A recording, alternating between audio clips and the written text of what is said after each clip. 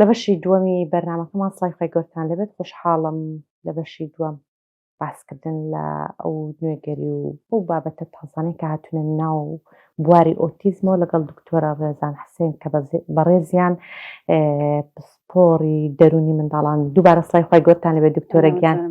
ئەزیزی ئەمێ دکتۆرە گیان ئەگەر باس بۆ من یەکسەر لێوردبینەوە بینە ناو بابەتی ئۆتیزم هیچ نوێگەریە بە تایبەتی ئەو بابەتە توێژینەوە یاخۆ ئەو ڕاگەیاندانێک کە لەم دوایانەدا ترامپ وەکو سەرۆکی ئەمریکا ڕایگەیان یعنی نیگەرانی زۆری خێزانەکانی لێکەوتەوە دەنگۆی زۆری دروست کرد بزان چ نوێگەرێک هەیە دوای باس قسەکانی ئێوەش دەکەین. بەڵێ یعنی پێشتر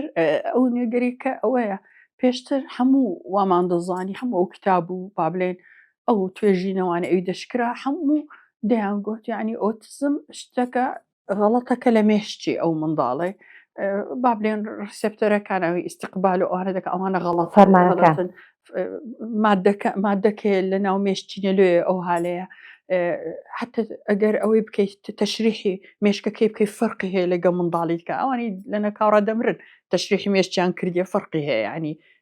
تەکوینی شانە و خانەکانی ئەوانە و قەنەعەتمان بەو قسەی هاتبوو بەس لەو ساڵانەی ئەخیری زۆر بە وردی یعنی توێژینەوە شتیوان کردە یعنی دەڵێن ئۆتیزم بەس مێشکەکە نییە ئێستا زۆری تەرکیزیان لەسەر ڕیخۆڵەی منداڵی ئۆتیزم زوربەی ئەوانی ئۆتیزمیان هەیە دەبینی ئەمما ئەوە حساسیت نییە کە حساسی خواردنی دەتکوژی یعنی مەسەن ئەگەر حساسیت هەبی لە خواردنەچی بێخۆی لەوانێ بمری پێی چونکە ئەوەیە ینی زۆر بەقوەتە بەس ئەوەی ئەم باسی دەکەم بە ئینگلیزی پێی دەگوترێت ئینتۆلێرانس ینی تحملی نییە لە بۆ ئەو خواردنەی تحملی نییە یعنی ئەگەر با بڵێن زۆر بە ئەوەی بەوردی بچینە ناوێ بەو منداڵانەیە ئەوی ئەو نەوع ڕیخۆڵەیان هەیە بە ئینگلیزی پێ دەگوترێت لیکی گەڵ یعنی ئەوەکەی ڕیخۆڵی دەلێ بێژینگە کونکونە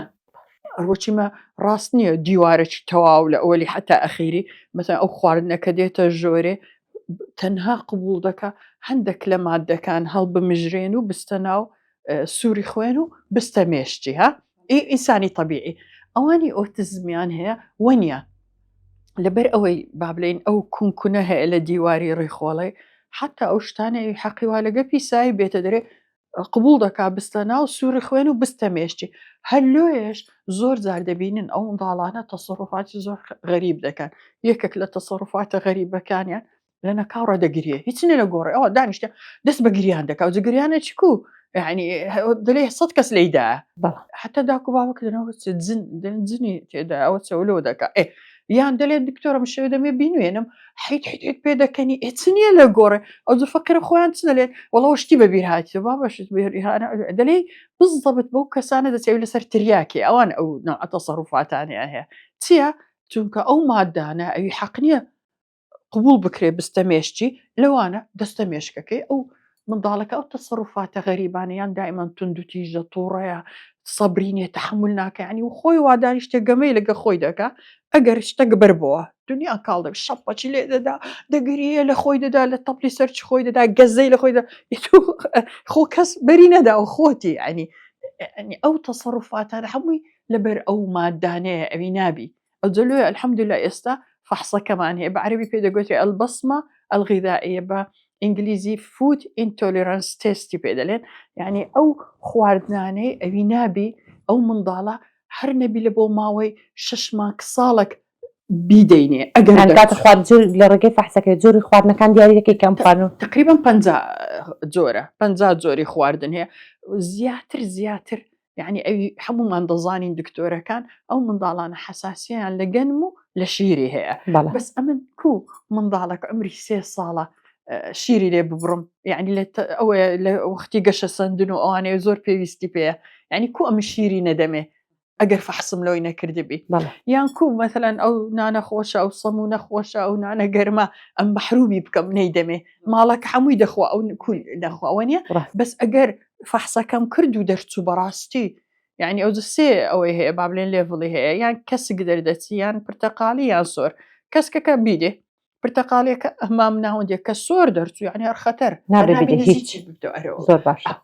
هەل کەمی حتى 6 مانگی نایدەمێ بەو 6 مانگەی دیواری ڕخۆڵەی دووبارە دروست دەبتەوە طبیعی دەبێ ئەو دەست پێ دەکەم سەبر خواردنەکانی دەدەمێ ئەوی مەمنوع بوو هەمووی پێکەوە نا مثلەن ئەو هەفتەیە ئەوەی دەدەمێ دوای ئەوە سەبر و تەماشاش دەکەین و مراقەبەی دەکەین یەکێک لە علاماتەکان کە ئەو منداڵە ئەو نەخۆشیە هەیە یان زۆر قەبزە مستمر قبضة يعني ديد اللي لو تعتي الدنيا دكتور أو مضالة قبضة حتى عملياتي ما يصير لو كل بس زمان لو عمري يعني دائما إسهالة روجة بينت زار شش زار بوني بيس هاي زور ناخوش اللي دبي حمو مالك كبي خوي بقريها علاماتي باش أويك دوامين أو مضالان حمو دبي فحصي بيس هاي على أبو بكري لو تقريبا كقوتة أوتيزم أو مضالة ريخولة بيتا مزرعي أوي مثلا كرو كرم بكتيريا هم نوع أشتك لبود دردتي دبينا ميشتي بدكتورك أو فحصان الزور مما فحصي ميزي فحصي بيساي فحصي فيتامين دي دائما نقصي فيتامين دي يعني خوي أما همو ما نقصي فيتامين دي مان هي والله همو ما بقشتي تك هتاو يعني دبي لبيست بدامج دائما أو هذا بوش راينا هتاو لبيست معنا هذا استفادة لنا كي لو الزربة ما يعني نقصي فيتامين معنا هي خاصة أو من ضالنا أفضل له دبي أو فحصانا هنبي لعمري زهرك لبوي بكري حتى بزاني كمكريك لتلانة حتى تعويزي بكينو فحصي جينات بيشان ما بو الحمد لله فحصي جينات يعني زور زهر دي براسي نازاني بتشا بس لشكلي ديارة يعني شكلي طبيعي أنا بيني رلبو فحصي جيناتي دردتي يكك بيدا قلت سيندروم كوتشي داون سيندروم وشي بلي معروف عمو حتى عالمي تكش ضزانا يعني علاماتي خويا بس أواني تكنا والله معلومني له باشرة فحصك يلبوكي حتى العمر شي قتك دس بيبكين يعني رين ماي وعلاجه فير كردني بروردي تايبد مثلا زوتينا قام مثلا اللي عندك شي زور خرابة دبي تعجي بكينه ولا سري إيش بكين تنزوتر تساچی بکەینەوە مستقبلی باشتر يعني كأمن لعمري 2 ساڵی زانیم ئەو منداڵە ئۆتیزمە لۆ لە 2 ساڵی دەست پێ نەکەم عیلاجی بکەم لۆ ئینتیزار بکەم بلێم نا آخر عادەتی لە 3 ساڵیە ئەو ساڵە لۆ ئەوها بەفی ڕۆبچی ناوڵە زوو دەست پێ دەکەم حتى لەو سەری عەجەلەم نەبی يعني ئەوەڵ جار دەست پێ دەکەین وشەی فێر دەکەین بە ساڵێکی دوای بە ساڵێکی فێرە ڕستەی دەکەین بە ساڵێکیش فێرە خوێندن و نووسینی دەکەین بۆ 6 ساڵ بڕۆ بینێرە مەکتەبێ نالێم زۆربەیان مەجموعەکی باشم هەیە یەکەمن لە مەکتەبێ ئەگە ئیشمان نەکرد با لەسەری زۆر مستقبلی نەدەبوو زۆر لە فەحسەکەی وەربینەوە دکتۆرە گیان تاوان و منداڵە کە بۆ ماوەیەکی ئەو خواردنانێک کە هەستیار بوو هەستیاری ناوەی کە قەدەغە دەکرێت لەلایەن ئێوە بە پێی فحوساتەکە منداڵەکە يعني بۆ نمونە لە یەکەم ڕۆژی فەحسەکەیەوە هەتاوکو کاتێک کە قەدەغەکردنەکەی لێ دەبێ هەست دەکەی بۆ نمونە لە ڕووی گەشەکردنەوە لە ڕووی جوڵەوە لە ڕووی کۆنتاکتەوە لە ڕووی خۆگونجاندنەوە بە تاوەتی زۆر چونکە يعني ئەو منداڵانێ ئەوی ئەو دەردەیان هەیە مقاومەی جسمیشیان کەمە يعني مثلا هەیە داکو باب دەرێت دکتۆرە کەسنی ئەمەی نەناسی لە مەرکەز سەحی لە خەستەخانەکانەوە دیسان هاتنەوە يعني بە درێژایی زستان کوڕم نەخۆشە یان سنجی یان کەپووی یان مستەمری ئیسهالە یان دائیمەن قەبزە چونکە ئەوە مقاومەی جسمیشی ئەو منداڵە نیتی ئەمە کە ئەومان چاکردەوە مقاومەی جسمیشی بڵند دەبێ يعني دژەتەن لە قەلبی نامینێ يعني بالعکس ئەو جارە نەخۆش ناکەوی هەموو شتێکی چا دەکەینەوە مثلا ئەو قەبزیە ئەدەوە ژەهرە مثلا 3 ڕۆژ جارێک یەکێک دانیشی ئەو زێن دکتۆرەوە چی قشپلیە يعني بزحمة خين ديتا خواري إيه باشا وتسجيانك أو من ضالة هيتي يعني أما لو أنا كن حم روجة أو جهر لنا وقلبي بأساني بيتدري لو بصير روج زارك مثلا أدي أو زوان حمي دوري عصبي بيناميني هي ورد بتوا نخوش ناكوي زوزو ميشتي صاف دبي تكو ما دا جهراوية ما نسيت كنا ناردنا وميشتي يعني زور قصينا ذاك دستي بقصة كردن كرد طبعا لسر أوي قصة كردن أوي ترامب باسي كرد ليكوفورين أو فيتامين بي نوع يعني فيتامينة أي باسي دكا بس أواني أوتيزميان هي أو فيتامينة كدستنا جسميان لنا جسميان ديسان دجا أو فيتامينة هي ناهي أو فيتامينة بقاتا مشك ودلوية أما تساكين أو ليكوفوريني دديني حتى بە ئاسانی بە حازری بستە مێشک دەست بە ئیشکردن بکە. یعنی ئەو زۆرتری لە بۆ ئەو منداڵانەیە مەسەڵەن بوویتە 3 ساڵ حتى ئێستا هیچ قسەی ناکە. بوویتە 3 ساڵ ناتانی بڕوە. بوویتە 3 ساڵ یعنی مڵاتی ناگری لە دەوی خۆی دابنێ لە بۆ ئەوانەیە بەس ئەو منداڵەوەی باشە قسان دەکا ئۆتیزم قسان دەکە چ عیبی نییە. یعنی بەس تەسەڕوفاتی غەڵەتە و لە ناحیە کۆمەڵایەتی و لە منداڵاندا ئەنگەزەی لە خۆیدا یعنی قەزدم یعنی شەرت نییە هەمویان عینەن موشکیلیان هەبی. ئەو دەرمانە زیاتر لە بۆ ئەو منداڵانەیە ئەیگەیشتینە عومرێکی و حتى ئێستا قسان ناکەن و لە ناحیەی جوڵە و ئەو شتانە هەیە زۆر لە دواوەنە. ئەو جەلۆیە کە دەیاندنێ ئەوەل جار ئەوەل 2 هەفتە بەعکسەوە فرە جوڵە دەبی گریانی زۆرتر دەبێت تۆڕە دەبێ عەسەبی دەبی بەس سەبر لێ ڕادێ لەسەر دەرمانەکەی. یعنی ئەمن خۆم کردیتە داکەک منداڵی ئۆتیزمم هەیە چوومە ناو گروپی داکەکانی ئەوی لە ئەمریکاینا حتى جێم لێبێ کە دەرمانیان دەدەنێ چکە شتەکە تازەیە بەڕاستی ئەمەش زۆر معلوماتمان نییە. یعنی تقریبان زۆریان بەدحی ئەو دەرمانەی دەکەن دەڵێن پاش ئەوەی لە حیاتی خۆی نێگۆت بوودایە وا دەستی پێکرد دەلێ دایە بە ماوەیەکی کەمیش وایە بەلێ ینی کە دەست پێ دەکەین خۆی دەلێ ئەقل دەبی ساڵێک بیدێ بەس مەسەن لە مانجی دووەمەوە دەلێ ئەوەل زارە لە حیاتی خۆم جێم لێبی پێم بلێ دایە ئەو زۆر ڕسمی خۆی ئەو دەگری ئەوان وەچی منینە هەموو شتێک عیبی نابی نازانسە دەلێ هەمووتان پێم بلێن پیرۆزە دەبێ ئەوە پێمی گۆدایە ینی احتیفالی پێ دەکە یان دەلێ ئەمنەوە چەند ساڵە حەول دەدەم فێرە توالێتی بکەم لە حیاتی خۆی نەچووە کە ئەو دەرمانەی وا دەدەمەوە خۆی ئاگاشمان لێ چووتەوە و هاتە دەرێ یعنی ئەو طبعاً ئەو زۆر شتێکی موهیمە بەس طبعاً لە بۆ هەموو منداڵە چێ دیسان دەبی دکتۆر قەرار بدە چێ وەربگری چێ وەرنەگری ئەو دەرمانە بەس وەچی بلێ تقریباً ئەوە 6 مانگە متابعی دەکەم ئەوەی باشی هەیە. دکتۆر با باسی ئەو فەحسی بکەین کە لە ڕێگەی بەڕێسامکردبوون من ئەو گرفتەی کە منداڵێکی ئۆتیزم هەیەی ئەمە تەنها لە منداڵانی ئۆتیزمدا گرفتە بەدی دەکرا خۆ لە منداڵانی ترشدا بوونی هەیە لەمەش هەیە ئەدی هەر کەسێک مەثەلەن ماوەکی دوور و درێژە ئیسهالە پرچی هەڵدەوەرێ یعنی بە عەرەبی پێ دەگوترێ نەفخە یعنی پاش ئەوەی کە نانی دەخوا ڕەسەن حەز دەکا زجی ئەستور دەبێ یعنی خۆی دەلێ من نازام لۆم لێ هاتیە ئەو فەحسەی بکە زۆر باشە شەرت نییە لە ئەوەلی ڕاهەی بوو بیەکەک بەس هەیە ئەوەی دیواری ڕخۆڵەما زۆر حساسە لەوانەیە لەگە وەقتی وەی لێ هاتی ینی لە گەنجی وە نەبووی ئێستا ئەمرت بوویتە 40 ساڵی 50 ساڵی ئەو خەریکە تووشی ئەوەی دەبی مەتەن خاستن بۆ شیری یعنی شیر ئەم لە مۆتی منداڵم جێم لێیە یعنی هەموو پلکم داکەم مەثەن ئەوانە دەڵێن وەی نا ئەم شیری ناتانم بخۆم یان هەندێک چای لەسەر دەکەم چکە شیری بە سافی ناتان بیخۆم لۆ ناتانم بیخۆم چکە ئەوم هەیە حساسیە نا پێی نالێ حساسیە یعنی ئینتۆلەرەنس یعنی قبوڵی ناکات بەس نا بمکو ئەگە خواردم بەرداغک بمکوژێ حساسیە زۆر خەتەرە ئەو حساسیە نییە بەستی ئاگام لێ نییە شتێکی دەخۆم ئەزیێتم دەدا بەس ئەگە فەحسەکەم کرد دەزانم ئەو چی تێدا ینی ئەگەر شیری چێڵی نەخۆم دەبا شیری مەڕی بخۆم ماستی مەڕی دەخۆم لە جیاتی ئەوەی ماستی چێڵی بخۆم پەنیر عینەن شتی ینی بەدیلی هەیە ئێستا ئەگەر بچی لە زۆری سوپەرمارکتەکان دەبینی یەک ئەویان دانایە ڕەفیاندان نووسرا گلوتین فری گلوتین فری چیە ئەو پرۆتینەیە ئەوی لە ناو گەنمی هەیە ئەوەی ئەو نەوعا ئەوەی دەکا با بڵێن شڵەژانەی دەکا بەس ئەگەرە من ئەو نانم کڕی ئەوی دەرێ با بە تێدانێ دەرمان هیناتەوە مشکلم نابێت حتا ئەوە هەیە حەلەویات ئەو شتانەی حتا مەحروم نەبی نووسرا لەسەری گلوتین فری هەندێک پسکویت هەیە نووسرا لاکتۆز فری شوگەر فری گلوتین فری ینی ئەوانی با بڵێ لە لاکتۆزی ئەو یانێ ئەوە وەچی دەلێ کە توێ ناو بوارەکەی دەبینی زۆر شت هەیە تو چەند ساڵە دەیبینی و جێت لێ بەس هەست پێی نەکردیە بەس ئێستا کە فەحسەکەی دەکەی و دەردەچی ئەو منداڵانە هەموو لەو هەموو شتێ هێلکە مەسەن یان لە زەردێنێ یان لە ئەوەکەی سپێکەی مەثەلەن تەرەزات باوی چەند باشە لە بۆ سەحەتی بەس باوی ئەگەر 4 سۆرم لەو دەرچوو گۆتی خەتەری عنی نابینی زیچی ببمەوە یەکەم جار فەحسەکە کرا کوتی ئەم خواردنانە کە دەبێ بۆ منە پارێزیان لێ بکرێت دوای ماوەیەکی لە پارێزیکردن و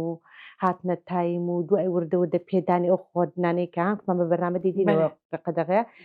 جارێکە پێویست ناکەین جارێکە ناچێتەوە سەر دیسان خاڵی یەکەم کە پێویست کاتەکەم ئەگەر گەڕاوە پاش ماوەچی مەثلەن 2 ساڵ 3 ساڵی کە علاماتەکان علاماتی خۆی هەیە دیسان یعنی ئەو جارە بەس دەزانین چی نەدەینێ ئاگاداری حتا یعنی دەڵێ احتیمال دەکاتە لەسەر ئەوەی بڕی مادەکەش کە دەخۆی یعنی احتیمالە دنکە دوودنک ئەوەی بخۆم باوی بخۆم ئەو هەم لێ ناکە بەس ئەگەر تەماعگرتمی دانیشتمە هەندەی بخۆم طبعاً با ئەوە ئەسڵەن ئەم حساسی ئەم لە بۆی هەیە دانیشتیمەوە هادەی خۆم نابی زۆر تا هیچ شتێک کە ماوە دکتۆرەگەن ئاماژەی پێ بکەین وڵا بەس ئەوەندەم دەوێ عینادی نەکەن یعنی داکو با خاستەم بابی منداڵەکان چکە زۆر جار شکایەتیان لێ دەکرێت داکەکە دەلێ دکتۆرە ئەمن لە مێژە دەلێم ئەو منداڵە تەواو نییە پێویستی پێ بچینە لای دکتۆری بەس ئەو دەلێ نەکوڕی من هیچ عیبی نییە مثلا خەسووم تەدەخل دەکات دەلێ هیچ عیبی نییە یعنی زۆر مستەشار زۆرن یعنی لە دەوروبەر هەموو دەلێن بابەت چ عیبی نییە دی کوڕی فلانی ئێبا بە کوڕی فلانیش تەواو نییە لۆ تو مقارنە بەیەکەچی تەواو ناکەی وەنیە مەسادە من خۆم کوڕی گەورەم هەواڵە نەبووە دەزانم ئەوە بەس لۆ عینادی بکەین بالعکس ینی مستقبلی منداڵەکەی خۆمان دەکڕینەوە چەند زیاتری ئیشی لەسەر بکەین چەند زووتر چاچی بکەینەوە منداڵەکەش دەزانی زۆر مرتاح دەبی کە ئەو هەموو مشکلەی نامینێ دەزانی چەند دەبتە منداڵەکی طبیعی دەزانی چەند خۆشە دەزانی کە کارتی وەردەگری یەکەم بووە نابەس داکو بابی ئەمنیش خەنی دەبم پیشانم دەدەن ینیوان زەمە و دنیا هەموو بیتە ئیمن ئەگەر عیلاجم نەکردبا ئەو لە ناو بیری بوو ئەو منداڵە ئەمە لە ناو بیری هینامانە دەرێت دەزانی چەند خۆشە ئەجلەوە نەبی لۆ ئەو مستقبلی بڕوە لەبەر چ ینی وەنیە ئەوجە باشترە زووتر هەر شتەکەم دیتی ینی مقارنەی بکە منداڵی جیرانت کوڕەکەی خۆت کچەکە کە دیتم بۆ چیوانە چی تێدا زیارەتە چی دکتۆریە خۆ دنیا کاڵ نابی وەنیە یان پێ دەڵێ هیچ عیبی نییە بڕۆ لە خۆت مرتاح بە زەمیریشت مرتاح دەبی یانیش دەرێ باهیتی وەرە با چاچی بکەینەوە زۆرتەوە کاتە تەمەنی زێڕین هەیە لە منداڵ وانە دەبێت ئەم تەمەنە زۆر بە هەند وەربگیری پێ ساڵی بێ دایمە جاخر لەسەر دەکەین دکتۆرەگیان ئەگەر دایک و باوکێکیش هۆشیاری ئەوەی نەبێ پور مام لەو کاتاندا مافی ئەوەی هەیە تەداخلی ئەوەی بکە کە بۆ نمونە هۆشیارێکی ئاگادارکردنەوەیەکی خێزانەکەی بکەم منداڵە لەگەڵ منداڵی هاوتەمەنی خۆی هەزەکەی بۆ نمونە دواکەوتنێ پاشە کشەیەکی بکەم دەزانی ئەم چێ لە بۆم دەنێری سایق تەکسی یان لە جێی گروپی منداڵان هەیە گەمەی دەکەن داکەک لە بۆ میناردیە ینی ئەوەندە ژیرە یعنی دەرێ والله عینەن کوڕی منە ها کوڕی من ئۆتیزمێ بڕۆبی بەلای سایق مەسەرەن دەبینی ئەو حەشرەی دەکا ئەو منداڵە دەرێ بابە ئەو منداڵەتەوە دێم بەڕاستەوە کو هاتر وڵە سایق تەکسی پێمی گۆ بزانێ ئەم کەیفم دێ بزانێ وعی چەند زۆر بۆ لە مشتەمەعەکەی ئاگاداری یعنی وسکتیش نابیت کە دەزانی ئەو خێرە یعنی ئەمن ئەسڵەن بە چاوی کەم تەماشای ئەو منداڵانە ناکەم مثلا لە مەطعەمەکی داک و بابدانیشتینە نانی دەخۆن منداڵەکە ئۆتیزمە هەڵدەپەڕی و دێ و دەچی شەپی لە ئەوەی دەدا نابی بە ئەو هات تەماشای بکەم و ئیحراجیان بکەم خۆت لە جیاتی ئەو داک و بابەی دانێت چەند ناخۆشە ئەو نەزراتانە نەخۆمە لێ دەکەم هەموو شتێکتەوا و نانی خۆم دەخۆم و تەدەخل ناکەم بەس ئەگەر دیتم مەسەلەن ئۆچی ئەوەی نازانی داک و بابەکەنە بەرێوەڵە دەلێم چکە خێرم دەگاتێ چەند زووتر چاچی بکەینەوە لە مەسلحەتی منداڵەکەیە لە مەسلحەتی داک و بابەکەشە چکە ژیانیان ئەوە دەبی خۆشتر دەبی ئێمە زۆر جا دەڵێن دکتۆرە بخوای نەکرد تەنها خودی منداڵەکان خێزانەکەی ڕزگارێکی خێزانە گەورەکەش لە بەردەم باشبوونی منداڵێک بەرەو پێشچوونی ئەدی خوشک و برای دەگرێن دەلێن ئەم گونا هەم چیە برام ئۆتیزمە ئەم لەگە برادرم دانیشتمە دێ هەموو شتەکان تێک دەدا ئەم دەخۆمان دانیشتینە یاری دەکەن گەیشتینە دەرەجەکی مەتەن بڵندمان کرد لە شراب ئەوە چی لێدا هەموو یعنی ئەم گونا هەم چیە دیتیت یعنی حتا تەئسیر دەکاتە سەر خوشک و براشی هەز دەکەن ئەوان یعنی طبیعی ناژین لەو دنیا لۆ مەسەن بابە بڕۆ ئەوانیش باژیانی خۆیان هەبی زوو بچنە ماڵی برادریان برادەرەکانی بێتە ماڵیان زوو لە ڕەوزەی دادەنێم ئەو برای گچکەکەی هەیە حتا حیاتی خۆی هەبی ژیانی کۆمەڵاتی هەبی ینی ئەو گوناحی چە برای ئۆتیزمە وەنیە ئەو زۆر شت هەیە دەبی داک و بابەکە و عیان هەبی ینی حتا ماڵەکە بەخۆشی و بە ئەوەی بژین بە بەختەوەری نا چکە منداڵێکی ئۆتیزمم هەیە وا دنیا کە خلاص کاوڵ بوو یعنی ئەجنەبیەکان لەو ناحیە زۆر خۆشترن لەمە زۆر طبیعیتر ئێمەش ئێستا هۆشیاری باشە ئێستا سەرەتای 2000ەکانەوە زۆر ئەم 2006 کە هاتمەوە ئەم خۆم پیانم دەگوت نەکەی بلێ ها چونکە دەزانم لە ڕوو دەدەنەوە برای خۆی لە ڕووی دەداوە ڕاست ئێستا نادەم بڕۆم لێ ینی لۆ چه عائلە هەیە نیتی یعنی ئەو زۆر بۆ تشتەچی نۆرمەڵ مەسەلەن کە لە تیاری سەفەر دەکەی دەبی پێیان بڵێ ئەم منداڵەکی ئۆتزمم پێەیە حتى مزیفە و ئەوانە دانیشن هەیە لە بۆ بەستن و ئەوانەی خواردنی ئەوەی خاصی خۆی هەیە مەسەن نابیگەنمی بخوا پێشوەختە پێی دەڵێم چی تێدا مڕعاتم دەکەن ئاگاداری دەبن مەسەن داکە کە پێویستی لێ پێبوو بستە توالێتی مزیفەکە دێ ئاگای لە منداڵەکە ئەخ مەقسەدم ئەوەیە مەشارەوە بە عالم مساعدت بکە یارمەتیت بدە هەموو عالم خراپ نینە هێ زۆر باشە بەڕاستی زۆریش متعاتف دەبی لەگەرت مەشارەوە چکە کەشارتەوە لە پشت دەکۆڵن لە دەوی بزانن چیتی ڕاست دەستکانت خۆش بێ ئەلە سپاس بۆ ئەو دەرفەتە دکتۆرەگیان سەر عزیز ئێمە خۆش بێ زۆر سپاس بۆ دکتۆرە ڕێزا حسێن کە بەڕێزان پسپۆری دەرونی منداڵانن سپاس بۆ ئێوە سپاس بۆ هاوکارانم ئاوە خوازم ئەم سەرنج و زانیاریانی کە لام بەرنامەدا بەخشیمان جۆرێکی تر بێ لە هۆشیاری بۆ تاکانی کۆمەڵگە تاوەکو هەم خێزان هەم خودی منداڵەکە بتوانێت ئارامتر لە جاران لەم کۆمەڵگایەدا ژیانکردنی خۆی بکات تا بەرنامەی داهاتوو لەگەڵتانم شاد و بەختەوە بخواتان لەگەڵ